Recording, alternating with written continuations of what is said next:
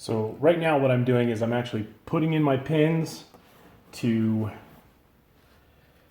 hold this thing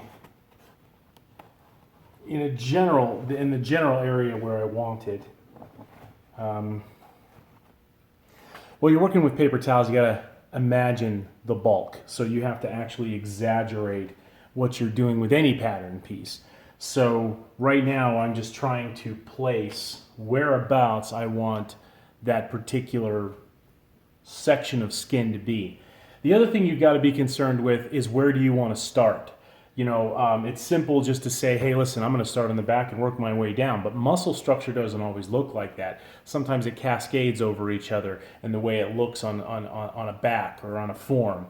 So you have to think ahead as to what pieces you're going to start with. And right now, I've seen a bunch of Killer Croc, concept art that has this big throaty piece that a crocodile would actually have. Not all of them have it. Not all these concept pieces have it, but I like the ones that do. So I'm going to try to replicate that here. I know that's got to be the first piece I put on because everything is going to bleed off of that. So that's what I'm doing right now, is trying to come up with that particular piece.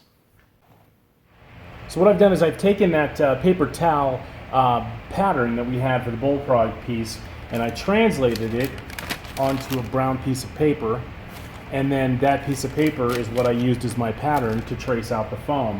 And as you can see, I went along with that whole idea that I wanted to fold them over, and I glued them together with a seam in the center there. So we've got them attached. It's kind of rough on the edges, but that's fine because we're going to cascade some pieces over top of it. But we've glued that down with a material called barge cement. It's really flexible stuff. They use it for countertops and things like that. But in the industry, we use it as foam fabrication glue because of the fact that it's flexible. So, and again, it's a contact cement, so you want to make sure both sides are dry before you join those two pieces together. So what we're going to do now is it's just going to be a free-for-all of creating all these muscle structures that we need out of this same material. And again, this is upholstery foam. Now, what you don't want to forget to do is I usually take my patterns. We're not going to need this one again until the next Killer Croc. So we'll just stick it in a bag with all of our other patterns. And you can see I haven't translated this one into a piece of brown paper yet. But I've got it labeled Killer Croc muscles, the year, and foam patterns. So I can already tell you that based on the framework and this piece, we've already got 3 bags of these, so it's good to keep a hold of them. Plus, it keeps you from having to refabricate everything.